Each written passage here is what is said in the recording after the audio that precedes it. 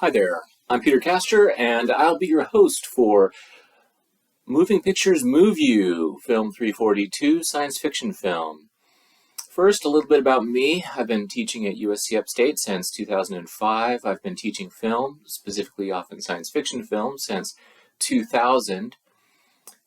And this is one of my favorite classes to teach. In fact, I'm a film professor in part because of science fiction film. I was 5 years old when Star Wars: A New Hope came out in 1977, and I remember my dad stood in line for a couple of hours to hold our spot, and then we joined him when he got near the front, and I had my mind completely blown by, well, a long time ago in a galaxy far, far away.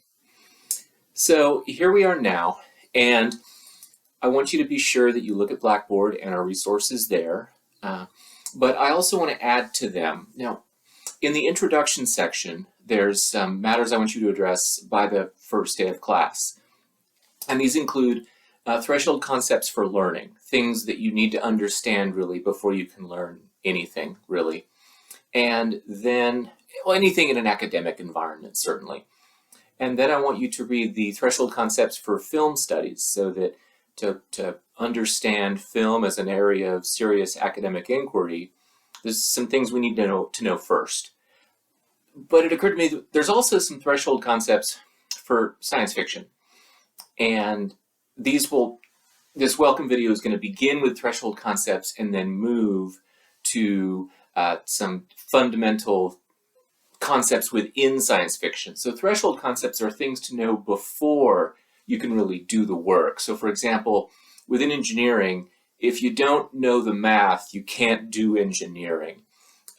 With nursing and being a medical doctor, if you don't know the biology, then you're relying strictly on memorization, and that seems a terrible, terrible idea. So first up, with science fiction, there's no one set agreed upon definition of what constitutes that genre. But it's been a matter that's been under kind of intellectual investigation for a long time. We can recollect the past in terms of memory, and that leads us to wonder about the future. And when we do so personally, that's one thing. But when we do so collectively as a culture, as a society, that's a different thing. And as such, one understanding, and our understanding to begin the semester, is that science fiction is the dialectical relationship of the present and the future. Now, dialectic is a specific philosophical understanding wherein we have a thesis, a claim, and then an antithesis, an anti-claim, and the antithesis of the thesis. And in dialectic, they come together and develop a synthesis, a new thing. Hegel is best known as the progenitor of dialectics, and Karl Marx, in theorizing economics and class structures, is its best known participant and carries it into an interrogation of history, which makes sense, backward looking, but also for Marx, forward looking.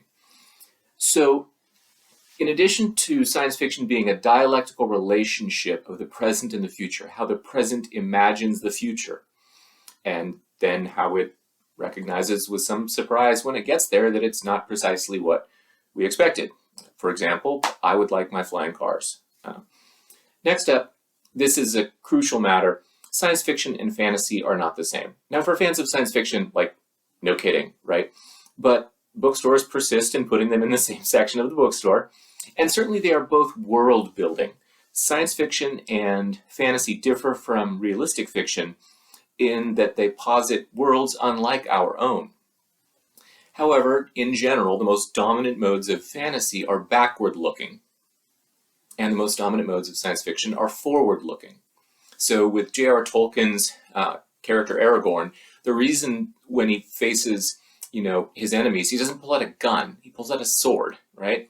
Now, Terry Brooks tries to play with this in his Shannara series by having his world take place after the ages of technology have vanished, but everybody's still using swords, right? So in looking forward, this is definitive of science fiction. Now, science fiction need not be set in the future. there's a group of writers working in the 1980s who became known as cyberpunk. They were operating within a subgenre of science fiction known as cyberpunk. These would include,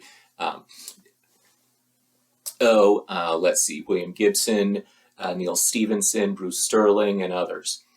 And working together, I think it was Gibson and Sterling co-authored the novel Difference Engine, which is not set in the future or even in the present. It's set in the past. It's set in a 19th century Victorian England, but with the presumption that the counting machine, effectively the computer, had been invented decades prior, maybe in the late 18th or early 19th century. Now, they restrict themselves, as many science fiction writers do, to what we know to be possible. And so as such, they don't invent some new technology unknown. No, their computers are the size of buildings because they're powered by coal.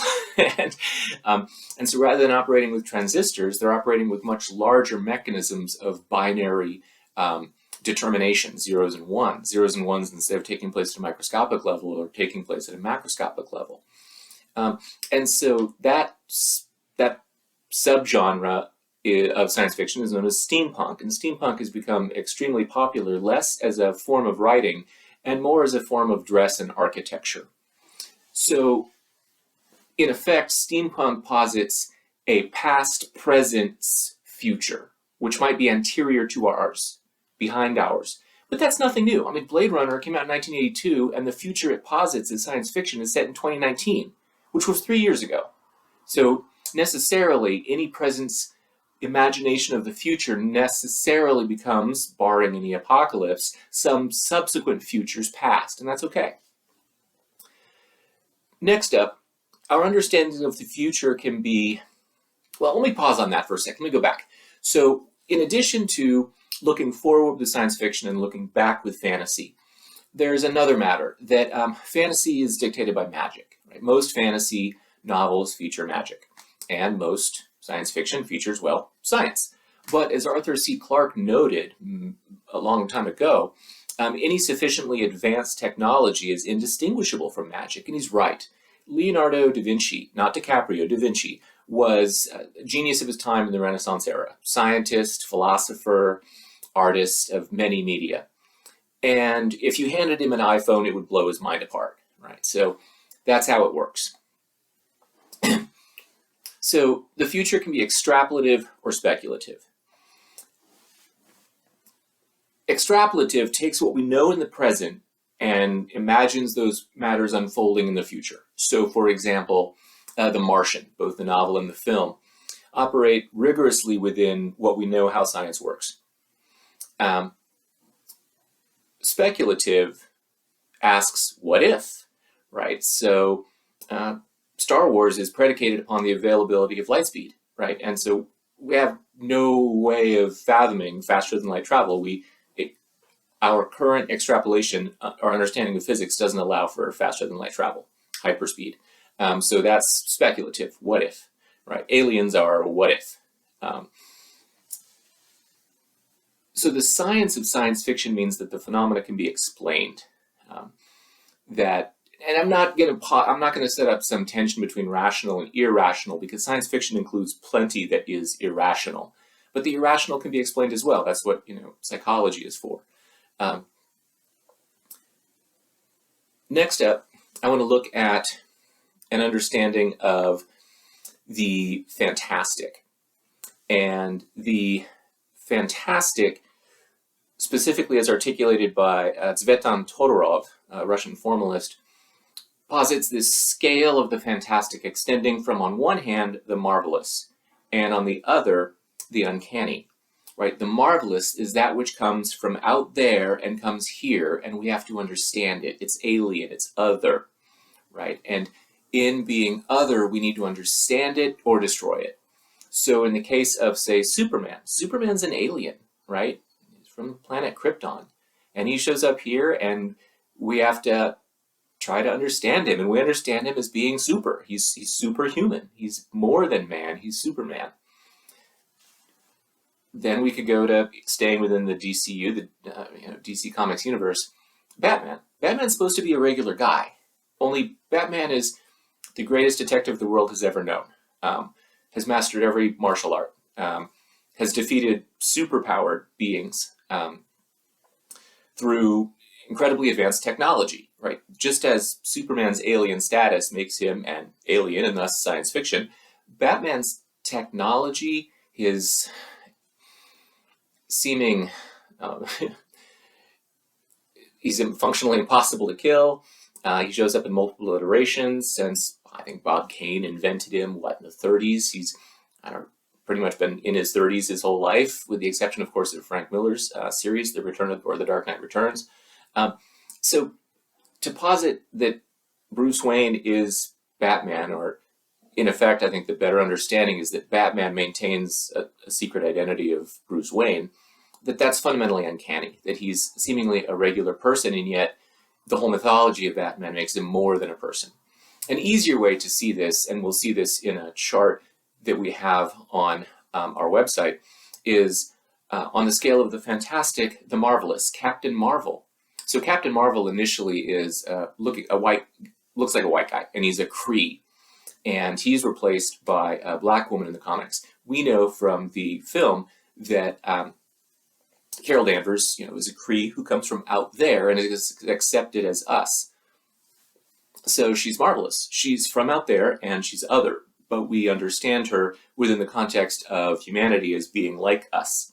And she works with us, but also outside, as we know in what takes place between the 90s setting of Captain Marvel and then in Avengers Endgame. Now, in the middle, we have the Fantastic Four, who are regular people who go into space, and in the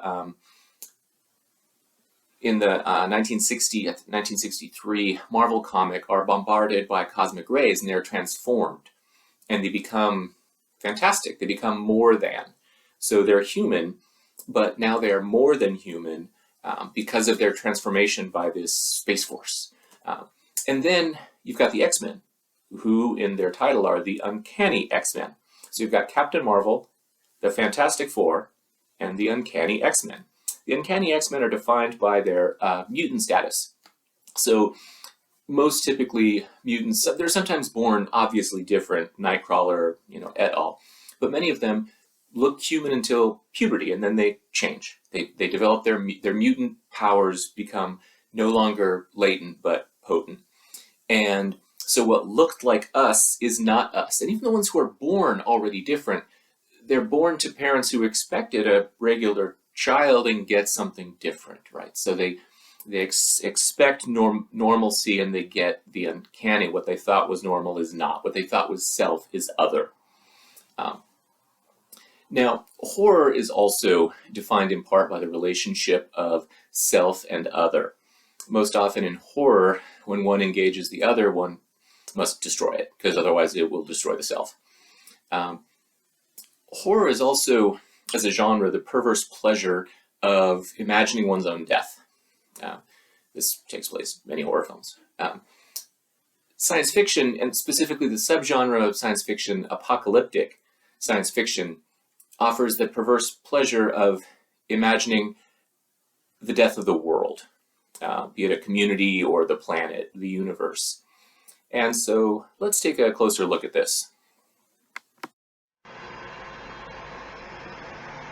This video is an account of the Tacoma Narrows Bridge and its collapse 43 days after its construction in 1940. Let's take a look.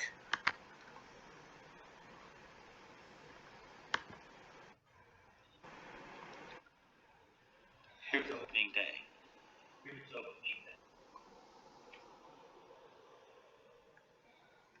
The city proudly celebrates its new span, a recognition of the success of industrial labor and planning.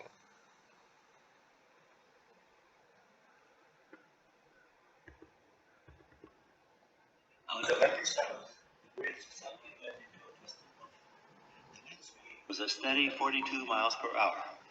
This was enough to keep the bridge oscillating in one of its natural modes of vibration, with a period of 5 seconds. 42-mile-an-hour winds are not unusual in Tacoma, Washington.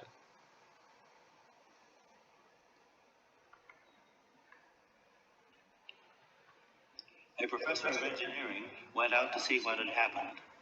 He's coming back, walking with some difficulty along the nodal line, which is the center stripe of the roadway.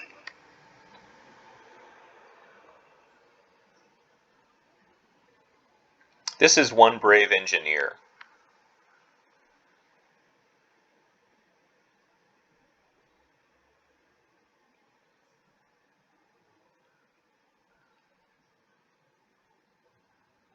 It's remarkable that the girders were this flexible.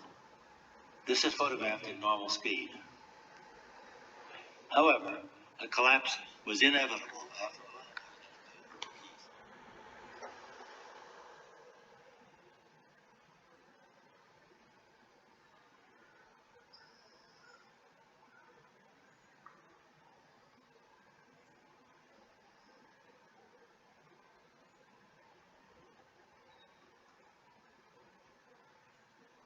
It's both fascinating and sickening to watch.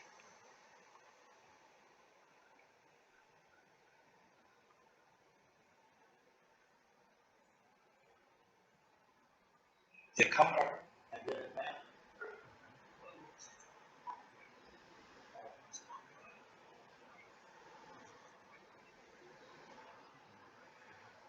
That's terrible.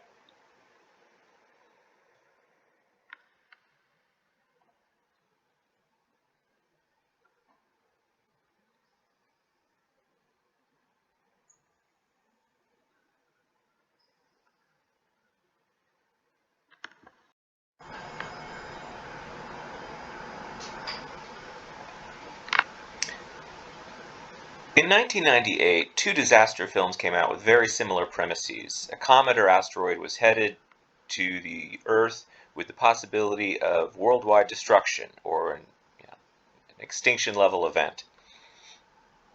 Armageddon is the best known of these, starring Bruce Willis and Steve Buscemi and others. It's an action film.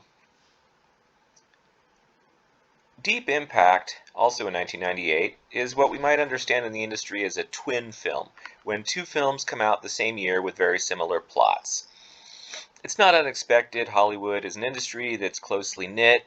Scripts get passed around, stories get pitched.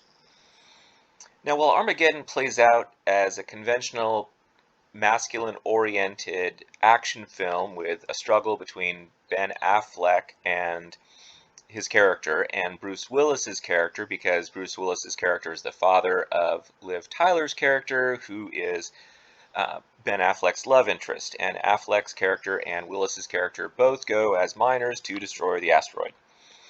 In Deep Impact, we have a similar matter of fathers and daughters, but it is far less of an action film than a musing on the role of family and interpersonal relationships in the face of imminent destruction. At this moment, a comet is arriving, and a character played by Tia Leone is reconciling with her estranged father. They've met at the beach, at a beach house where she has an early memory of her family. Here we get the visual pleasure, curious as it is, of the wiping out of technology by nature. Leone's character clutches her father. The birds know better and fly away. As is naturally accurate, the water is sucked in, and the tsunami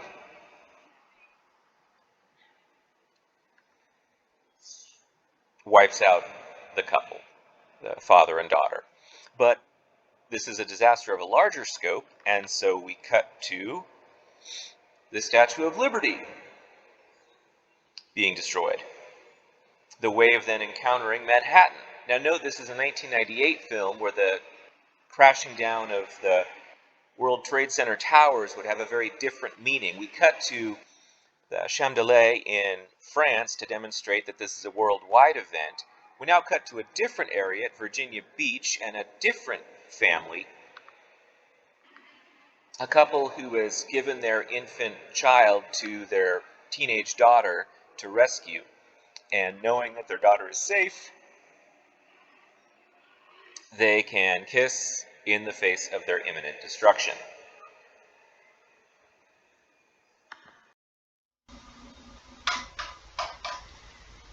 There's more to science fiction than that, of course, and we'll spend the semester exploring, going forth into a brave new world to find such people in it, into the future, to go boldly where no person has been before. Talk to you soon.